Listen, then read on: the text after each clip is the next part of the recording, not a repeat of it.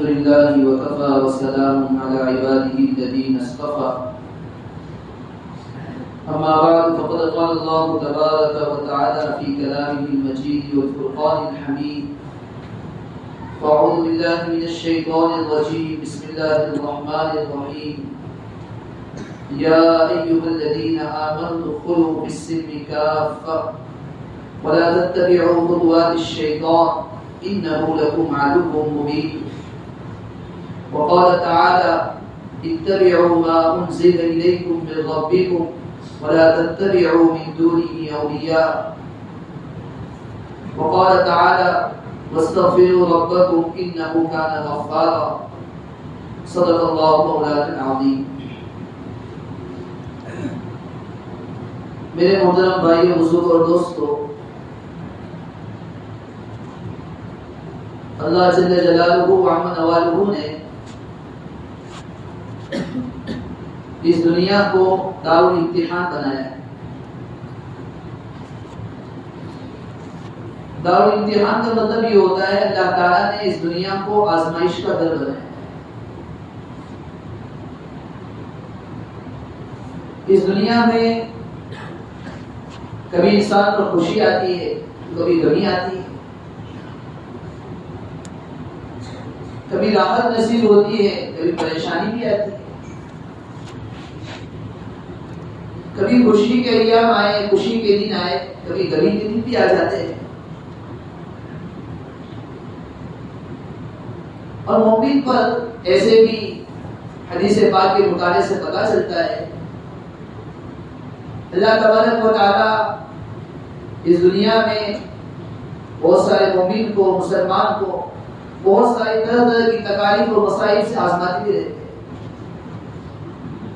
الف لام میم احسب الناس ان یترکوا ان یقولوا آمنا وهم لا یفتنون. اللہ تبارک و تعالی کی طرف سے مصیبتیں تو آتی رہتی ہیں. آپ نے حدیث پاک سنی ہوگی، جناب محمد رسول اللہ صلی اللہ علیہ وسلم ارشاد فرماتے ہیں الدنیا سجن المؤمن وجنت الکافر. دنیا تو مومن کے لیے قید خانہ ہے اور کافر کے لیے جنت ہے. بہت سی مرتبہ اللہ تبارک و تعالی اس مسلمان کو بہت ساری مصیبت میں آزماتا ہے تاکہ دنیا ہی کے اندر اس کا حساب کتاب ختم ہو جائے. مصیبتیں آتی ہیں. آج کل کسی سے ملاقات کرو، کبھی کوئی کہتا ہے کاروبار نہیں چل رہا ہے، تجارت نہیں چل رہی، کاروباری لائن سے پریشان حال.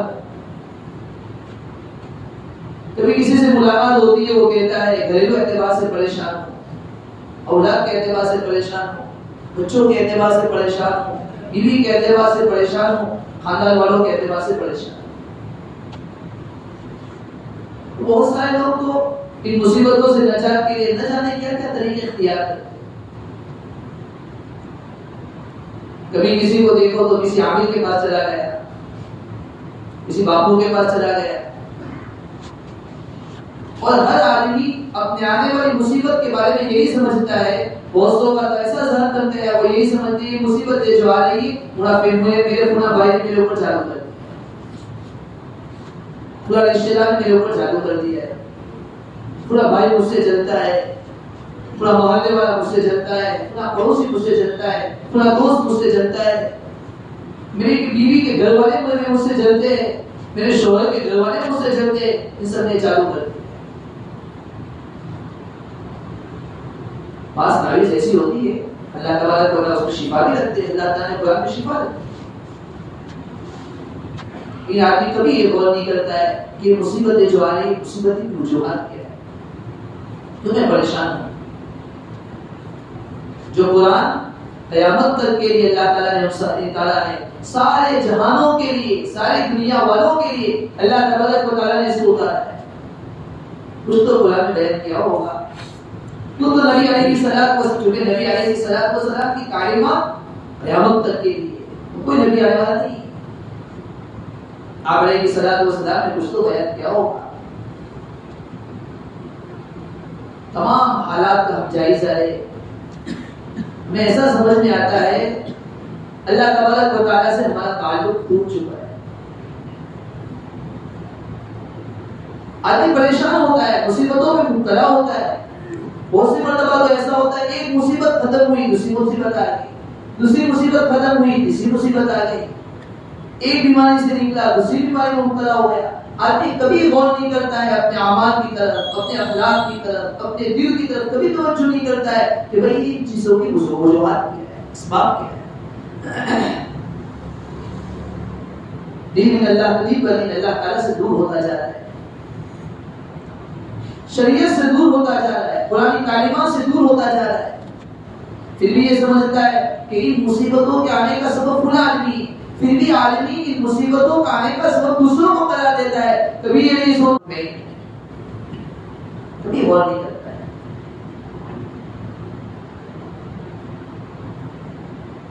حضرت موسیٰ علیہ السلام اور افلاطون کے درمیان ایک گفتگو ہوئی. اس گفتگو سے ہمیں ایک سبق ملتا ہے. ایک مرتبہ افلاطون نے حضرت موسیٰ علیہ السلام سے پوچھا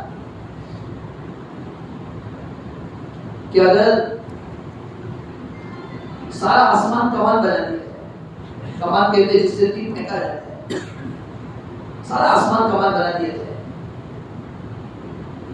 ساری مصیبتیں تیر بنا دی جائے اور تیر پھینکنے والا اللہ تعالیٰ ہو، تیر پھینکنے والا اللہ تعالیٰ ہو، تو اس تیر سے یا اس مصیبت سے نجات کا ذریعہ کیا ہو سکتا ہے، کیا سبب ہو سکتا ہے؟ سارا آسمان کمان بنا دیا گیا، ساری مصیبتوں کو گویا تیر بنا دیا گیا، اور مصیبت اللہ تعالیٰ پھینک رہے، مصیبت اللہ تعالیٰ اتار دے، تو اس مصیبت سے نجات کا ذریعہ کیا ہو سکتا ہے؟ موسیٰ علیہ السلام نے بڑا پیارا جواب دیا. حضرت موسیٰ علیہ السلام نے فرمایا کہ ان مصیبتوں سے نجات کا سبب یہ ہے، ان مصیبتوں سے، ان اترنے والے تیروں سے وہ آدمی بچ سکتا ہے جو تیر پھینکنے والے کے بازو میں جا کر بیٹھ جائے، تیر پھینکنے والے کے بغل میں جا کر بیٹھ جائے. کیونکہ ساری مصیبتیں، سارے تکالیف، ہم سب مسلمانوں کا عقیدہ یہ ہے کہ مصیبتیں بھیجنے والی ذات بھی اللہ تعالیٰ ہے، خوشی دینے والی ذات بھی اللہ تعالیٰ ہے. مصیبتیں اللہ تعالیٰ اتارتے ہیں، خوشیاں بھی اللہ تعالیٰ اتارتا ہے. کیا سمجھنا ہے اس گفتگو سے؟ جو اللہ تعالیٰ کا دامن پکڑ لے گا، اللہ کی رسی کو مضبوطی سے تھام لے گا، اللہ تعالیٰ سے اپنے تعلقات کو قائم کر لے گا، اللہ تعالیٰ سے اپنے تعلقات کو جوڑ لے گا، اس کو کبھی مصیبتیں نہیں آئیں گی، کبھی پریشانی نہیں. ہمارا تعلق ٹوٹ چکا ہے. قرآن کریم میں اللہ تعالیٰ نے جگہ جگہ پر قوموں کے حالات کو بیان کیا ہے. قرآن کے اندر جگہ جگہ پر کئی قوم کے حالات بیان کیے ہیں. سنا قوم نے ہماری نافرمانی کی، ہم نے اس طرح اس کو ہلاک کر دیا. اس جگہ پر اللہ تعالیٰ نے فرمایا وَقَدْ قَصَمْنَا بِقَرْيَةٍ كَانَتْ ظَالِمَةً. بہت سی بستیاں ایسی گزری جو خود اپنے آپ کو ظلم کرنے والی تھی، ہم نے ان کو ہلاک کیا. ایک جگہ پر فرمایا وَكَمْ مِنْ قَرْيَةٍ أَهْلَكْنَاهَا فَجَاءَهَا بَأْسُنَا بَيَاتًا أَوْ هُمْ قَائِلُونَ فَمَا كَانَ دَعْوَاهُمْ إِذْ جَاءَهُم بَأْسُنَا إِلَّا أَن قَالُوا إِنَّا كُنَّا ظَالِمِينَ. اللہ تعالیٰ فرما رہے ہیں بہت سی بستی ایسی گزری جن کو ہم نے ہلاک کر دیا. وَقَدْ قَصَمْنَا، ایک جگہ پر فرمایا وَكَمْ مِنْ قَرْيَةٍ أَهْلَكْنَاهَا فَجَاءَهَا بَأْسُنَا بَيَاتًا أَوْ هُمْ قَائِلُونَ. ہمارا عذاب ان کے پاس آیا، کبھی رات کو سوئے ہوئے تھے اچانک ہمارا عذاب آ گیا، کبھی دوپہر کو آرام کر رہے تھے اچانک ہمارا عذاب آ گیا. اللہ تعالیٰ نے فرمایا جب ہمارا عذاب ان کے پاس آیا تو کہنے لگے اِنَّا كُنَّا ظَالِمِينَ، ہم ہی ظلم کرنے والے تھے، ہم ہی گنہگار تھے. یہ جو عذاب آیا اس کا سبب کچھ اور نہیں، ہم نے اپنے آپ پر ظلم کیا، ہم نے گناہوں والی زندگی کو اپنایا، خواہشات نفس کی پیروی کی، اللہ تعالیٰ کی طرف سے عذاب آیا. اسی آیت سے اللہ تعالیٰ نے فرمایا اتبعوا ما انزل الیکم من ربکم ولا تتبعوا من دونه اولیاء. ان کو کہا گیا دیکھو اتبعوا ما انزل الیکم من ربکم، تمہاری طرف تمہارے رب کی جانب سے، تمہارے اللہ کی جانب سے جو کچھ اتارا جا رہا ہے اس کی پیروی کرو، اس کی اتباع کرو، اس کے مطابق زندگی گزارو۔ اللہ کے علاوہ کو اپنا دوست نہ بناؤ۔ انہوں نے ان باتوں کو نہیں مانا، یہ ہمارا مسئلہ ہے۔ اور ایک جگہ پر فرمایا فَكُلًّا أَخَذْنَا بِذَنبِهِ، ہم نے ہر ایک کو اس کی گناہ کی وجہ سے پکڑا ہے۔ فَمِنْهُمْ مَنْ أَرْسَلْنَا عَلَيْهِ حَاصِبًا، بعض قومیں ایسی آئی کہ ہم نے ان پر سخت ہوا کو بھیجا، اللہ تعالیٰ کی طرف سے آندھی ہے، ہوا ہے۔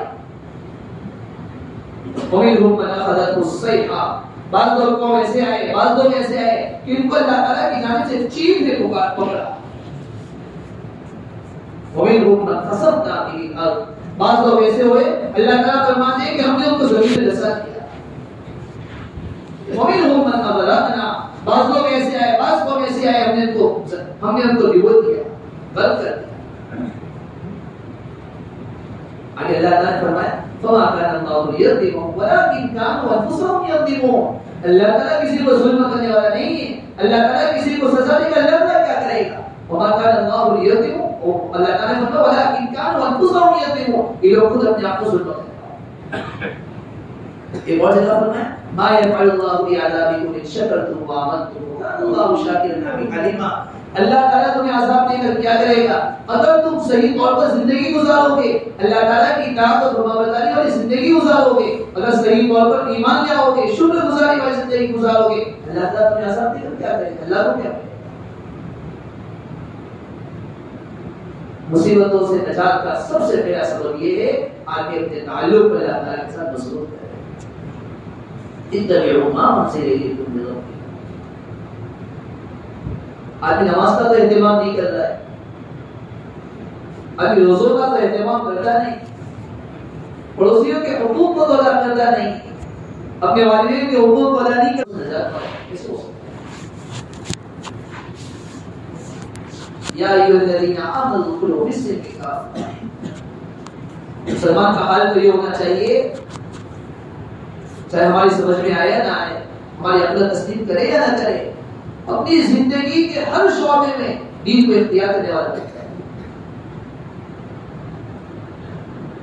چاہے غصے کی حالت میں ہو، چاہے امن کی حالت میں ہو، چاہے اطمینان کی حالت میں ہو، ہم یہ سوچے کہ اللہ تعالیٰ کا جو حکم اس کو انکار نہ ہو۔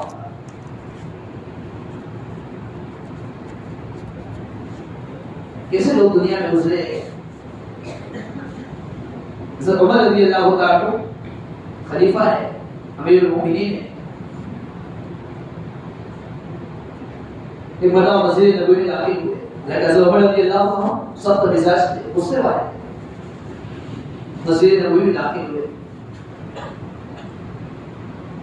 دیکھا کہ مسجد نبوی سے قریب جو گھر ہے حضرت عباس رضی اللہ عنہ کا گھر تھا، اس گھر کا پرنانا مسجد کی طرف تھا، جس سے بارش کا پانی گرتا ہے، حضرت عباس رضی اللہ عنہ کے گھر سے جو پانی بارش کا گرتا تھا مسجد کے اندر آتا تھا، مسجد خراب ہو جاتی۔ عمر رضی اللہ عنہ مسجد میں داخل ہوئے، فرمانے لگے یہ کیا پردہ لگا ہے، سے مسجد خراب ہوتی ہے، کسی کو کہا کہ پردے کو توڑ دو، نکال دو، نکال دیا ہے۔ حضرت عباس رضی اللہ عنہ تشریف لائے، دیکھا پردہ نکال دیا ہے، فرمانے لگے حضرت عباس رضی اللہ عنہ پردہ کس نے نکلوا دیا؟ کسی نے کہا ہوگا کہ حضرت عمر رضی اللہ عنہ نکلوا دیا، اس لیے کس سے مسجد خراب ہو گئی۔ حضرت عباس رضی اللہ عنہ نے فرمایا کہ یہ وہ پردہ ہے جس کو میں نبی علیہ السلام نے لگانے کی اجازت دی، نبی علیہ السلام نے اجازت دی، جس نے لگایا۔ حضرت عمر رضی اللہ عنہ جب یہ جملہ سنا، حضرت عمر رضی اللہ عنہ فوراً وہاں پر کھڑے ہو گئے، اپنے آپ کو جھکا دیا، حضرت عباس رضی اللہ عنہ سے فرمانے لگے میری کمر کے اوپر آپ کھڑے ہو جاؤ، اور ابھی کی میری کمر پر کھڑے ہو کر آپ یہ پردہ لگا دو۔ عمر کا کیا ہمت ہو سکتی ہے، عمر کی کیا مجال ہے کہ جو نبی علیہ السلام نے حکم دیا اس کو خلاف ورزی کرے۔ اور حضرت عمر رضی اللہ عنہ اس کو لگانے کا حکم، تو ایک طرف حاکم غصے والا ہے، امیر المؤمنین ہے، خلیفۃ المسلمین ہے، لیکن نبی علیہ السلام کے حکم کے آگے اپنے آپ کو کیسے جھکانے والے ہیں، نبی علیہ السلام کی کیسی اطاعت کرنے والے ہیں، کیسی فرما برداری کرنے والے ہیں کہ عمر کی کیا مجال ہو سکتی ہے کہ جس کام کا نبی علیہ السلام نے حکم دیا ہو اور جس کام کی نبی علیہ السلام نے اجازت دی ہو اس کے خلاف ہو سکتی ہے۔ ہم غور کریں، اپنی زندگی کا جائزہ لیں، ہر ایک اپنے اعتبار سے غور کرے کہ اگر میں کوئی کام کر رہا ہوں، اگر میرے پاس کوئی آ کر نبی علیہ السلام کا فرمان سنا ہے، نبی علیہ السلام کی حدیث سنا ہے، قرآن کی کوئی تعلیم بتائے، کیا میں اس کام پر عمل کروں گا، نبی علیہ السلام کی تعلیم کو اختیار کروں گا، یا ایسے وقت یہ سوچوں گا کہ میری عقل یہ کہہ رہی ہے، میرا دل یہ کہہ رہا ہے، جو میں کہہ رہا ہوں وہی صحیح ہے، جو یہ کہہ رہے ہیں وہ صحیح نہیں ہے، آپ کی اپنی زندگی کو اپنے عقل کے مطابق کام کرتا ہے، نبی علیہ السلام کی تعلیمات کے مطابق زندگی گزارتا ہے۔ حکیم الامت مجدد ملت حضرت مولانا اشرف علی صاحب تھانوی رحمۃ اللہ علیہ کے حالات میں لکھا ہے، ان کے خادم تھے موقر، خدمت کرنے والے، ان کو بھائی نیاز کہا جاتا ہے۔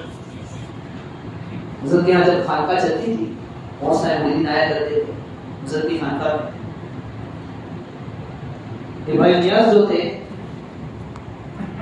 کہ محمد رحمۃ اللہ علیہ سے بہت محبت بھی کیا کرتے تھے،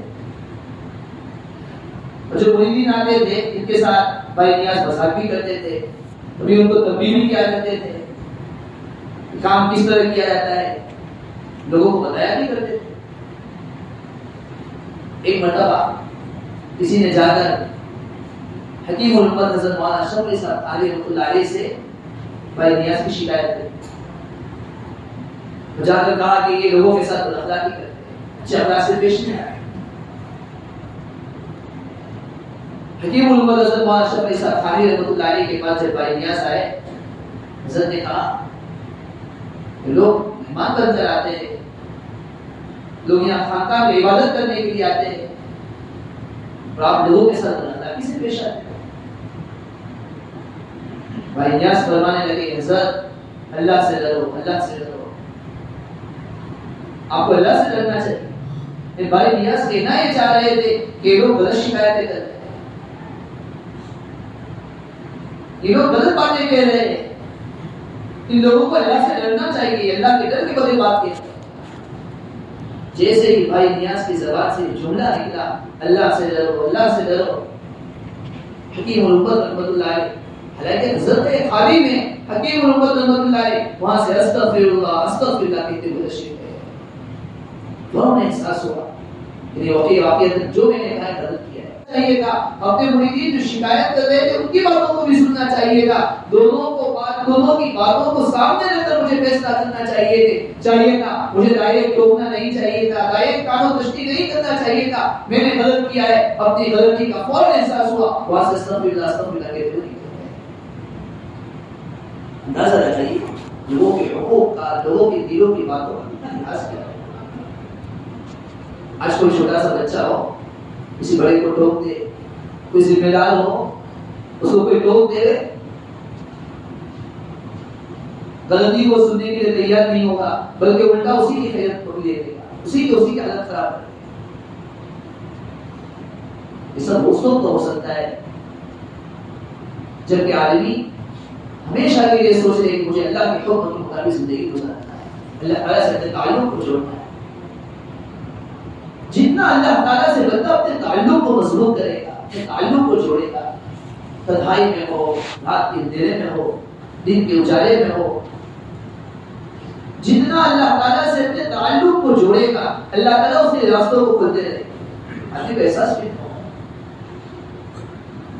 آپ پچھلے 10 سالوں میں چلے جائیں، ربی کے حالات کا جائزہ لیں، پچھلے 10 سالوں میں لوگوں کو اللہ تعالیٰ کے ساتھ تعلق مضبوط تھا، لوگوں میں نماز کا اہتمام زیادہ تھا، قرآن کریم کی تلاوت زیادہ تھی، علماء کی صحبت زیادہ تھی، علماء کے پاس لوگوں کا آنا جانا زیادہ تھا۔ اور ابھی کا جائزہ لے، ہر مسجد کا جائزہ لے، ہر ایک گھر کا جائزہ لے، قرآن کی کریم کی تلاوت کا جائزہ ہے، میں اپنے دل کا جائزہ لوں، آپ اپنے دل کا جائزہ ہے کہ میں آج سے 5 سال پہلے قرآن کریم کی کتنی تلاوت کیا کرتا تھا، ابھی کتنا کر رہا ہوں۔ مجھے نماز سے کیسا عشق ہے، نماز سے کیسی محبت ہے، آج سے چند سال پہلے میرے گھر میں نماز کا کیا حال تھا اور ابھی نماز کا کیا حال ہے۔ ہمارا تعلق اللہ تعالیٰ سے ٹوٹ چکا ہے، اللہ تعالیٰ سے تعلق کو مضبوط کرنے کی ضرورت ہے۔ اور دوسری چیز آج مسائل سے نجات چاہے، دوسری چیز ہے آدمی سے جب بھی گناہ ہو جائے اپنے گناہ کے اعتراف کے ساتھ اللہ تعالیٰ سے گناہ کی کوشش چاہے، اللہ تعالیٰ سے معافیت کرے۔ جب بھی گناہ ہو جائے، اس ابھی میں نے واقعہ سنایا حکیم الامت مولانا اشرف علی صاحب تھانوی رحمۃ اللہ علیہ کو اپنے گناہ کا احساس ہوا، فوراً وہاں سے استغفر اللہ کہتے ہوئے تشریف لے گئے۔ آدمی اپنے گناہ کا اعتراف، گناہ کے اعتراف کے بعد اللہ تعالیٰ سے اپنے گناہ کی کوشش کرتا ہے۔ ایک جگہ پر اللہ تعالیٰ نے فرمایا وما كان الله ليعذبهم وانت فيهم وما كان الله معذبهم وهم يستغفرون۔ اللہ تعالیٰ کی جانب سے کہا گیا نبی علیہ الصلوۃ والسلام سے کہ جب تک آپ لوگوں میں موجود ہوں گے اللہ تعالیٰ لوگوں کو عذاب نہیں دے گا۔ اور آگے فرمایا وما كان الله معذبهم وهم يستغفرون، جب تک جس بستی میں اللہ تعالیٰ سے مغفرت طلب کرنے والے، استغفار کرنے والے موجود ہوں گے اللہ تبارک و تعالیٰ اس بستی والوں کو بھی عذاب مقرر فرمائے۔ آدمی وقتاً فوقتاً استغفر اللہ استغفر اللہ استغفر اللہ ربی کل ذنب واتوب الیہ استغفر اللہ ربی کل ذنب واتوب الیہ پڑھتا ہے، اللہ تعالیٰ سے سچے دل سے مغفرت طلب کرتا ہے۔ جنتی لوگوں کا قرآن میں حال بیان فرمایا، جنتی لوگوں کا حال کیا ہوگا، کیا دنیا میں تھا، كانوا قليلا من الليل ما يهجعون وبالاسحار هم يستغفرون، ان کی راتوں کیسی گزرتی تھی، كانوا قليلا من الليل ما يهجعون، راتوں کو ملا نہیں اللہ تعالیٰ سے مغفرت کیا کرتے تھے، اللہ تعالیٰ کی مدد کیا کرتے تھے، وبالاسحار هم يستغفرون، اور آخری پہر میں آخری شب میں اٹھ کر اللہ تعالیٰ سے اپنے گناہوں کی مغفرت کرتے تھے۔ ایک جگہ پر اللہ تبارک و تعالیٰ نے اپنے نیک بندوں کا ذکر فرمایا، وعباد الرحمن الذین یمشون علی الارض ہونا وَإِذَا خَاطَبَهُمُ الْجَاهِلُونَ قَالُوا سَلَامًا وَالَّذِينَ يَبِيتُونَ لِرَبِّهِمْ سُجَّدًا وَقِيَامًا وَالَّذِينَ يَقُولُونَ رَبَّنَا اصْرِفْ عَنَّا عَذَابَ جَهَنَّمَ إِنَّ عَذَابَهَا كَانَ غَرَامًا۔ رحمت کے بندے کون سے خاص خاص بندے اللہ تعالیٰ نے بہت اپنی فہرست پوری نمائی کی۔ اس نے فرمایا والذین یبیتون لربہم سجدا وقیاما، یہ راتیں کیسے گزرتی اپنے رب سے کے سامنے سجدے کی حالت میں، رکوع کی حالت میں، قیام کی حالت میں، عبادت کی حالت میں ان کی راتیں گزرتی ہیں۔ پھر بھی ان کا حال کیا والذین یقولون ربنا اصرف عنا عذاب جہنم، اللہ تعالیٰ کے سامنے ہاتھ اٹھا کر اللہ تعالیٰ سے یہ دعا کرتے اے ہمارے رب ہم سے جہنم کے عذاب کو ختم فرما دے لگا ہے۔ اور اس کی عبادت کرتے ہیں تو ہمیں فخر ہو جاتا ہے کہ آج تو پوری رات اللہ تعالیٰ کی عبادت، آج تو پوری رات سجدہ کیا ہے۔ ان لوگوں کا حال یہ عبادت کرنے کے باوجود اللہ تعالیٰ سے مغفرت طلب کر رہے، ہم نے تو کچھ نہیں کیا ہے، ہم نے عبادت کی ہی نہیں، ما عبدناک حق عبادتی وما عرفناک حق معرفتی، ہمیں جیسی عبادت کرنی چاہیے ویسی عبادت کی نہیں۔ اللہ تعالیٰ کے سامنے ہاتھ اٹھا کر اپنے گناہوں کو معافی طلب کرتے، اللہ تعالیٰ سے خوب مغفرت طلب کرے۔ حدیث پاک میں آتا ہے جناب نبی کریم صلی اللہ علیہ وسلم فرماتے واللہ انی لاستغفر اللہ واتوب الیہ فی اليوم اکثر من 70 مرہ، 70 مرتبہ 70 مرتبہ روزانہ دن میں اللہ تعالیٰ سے مغفرت طلب کرتا ہوں، اللہ تعالیٰ کے سامنے توبہ کرتا ہوں۔ یہ قرآن میں اللہ تعالیٰ نے نبی علیہ الصلوۃ والسلام کی مخاطب فرمایا لیغفر لك الله ما تقدم من ذنبك وما تأخر، اللہ تعالیٰ نے تو آپ کے اگلے پچھلے گناہوں کو معاف کر دیا ہے۔ پھر بھی نبی علیہ الصلوۃ والسلام کہہ رہے کہ میں روزانہ 70 مرتبہ 70 مرتبہ اللہ تعالیٰ سے مغفرت طلب کرتا ہوں۔ اور ایک حدیث میں فرمایا 100 مرہ 100 مرتبہ روزانہ اللہ تعالیٰ سے اپنے گناہوں کی معافی طلب کرتا ہوں۔ دیکھو دوسرا راستہ ہوا آدمی مصیبتوں سے، مسائل سے، پریشانیوں سے اللہ تعالیٰ کی آنے والی تکالیف سے نجات پانا چاہے، اللہ تعالیٰ سے گناہوں سے خوب مغفرت طلب کرے۔ ایک اور حدیث یاد آتی ہے، حدیث میں نبی علیہ السلام نے فرمایا من لزم الاستغفار جعل اللہ له في كل ضيق جعل الله له من كل ضيق مخرجا ومن كل هم فرجا ورزقه من حيث لا يحتسب۔ یہ استغفار کے تین فائدے ہیں۔ من لزم الاستغفار، جو آدمی استغفار کو لازم پکڑے گا، ہر وقت چلتے پھرتے اللہ تعالیٰ سے اپنے گناہوں کی بخشش، ہمارے بعض زکاوی تو فرماتے استغفر اللہ نہ پڑھو، نستغفر اللہ پڑھو، یعنی اپنی طرف سے بھی مغفرت طلب کرو اور پوری امت کی طرف سے اللہ تعالیٰ سے مغفرت طلب، نستغفر اللہ نستغفر اللہ۔ من لزم الاستغفار، جو آدمی استغفار کو لازم پکڑے گا، جعل اللہ له من كل ضيق مخرجا، اللہ تعالیٰ ہر مصیبت سے نکلنے کا راستہ نکال دے گا، وہ نکال اللہ تعالیٰ ومن كل هم فرجا، ہر غم سے نجات کا راستہ نکالتے ہیں۔ غم کا علاج بھی کیا ہے؟ اللہ تعالیٰ سے استغفار کرنا ہے۔ اور اسی چیز جسے لوگ پریشان ہیں، رزق کے معاملے میں پریشان، نبی علیہ الصلوۃ والسلام فرما رہے جو استغفار کو لازم پکڑے گا ورزقه من حيث لا يحتسب، اللہ تعالیٰ اس کو ایسی جگہ سے رزق پہنچائیں گے کہ بندے کو وہ حکومت نہیں ہوگا، یہ کہاں سے آئے؟ بس آج کی بات کا خلاصہ یہ ہوا، آدمی مصیبتیں آئے پریشان نہ ہو، تکالیف آئے پریشان نہ ہو۔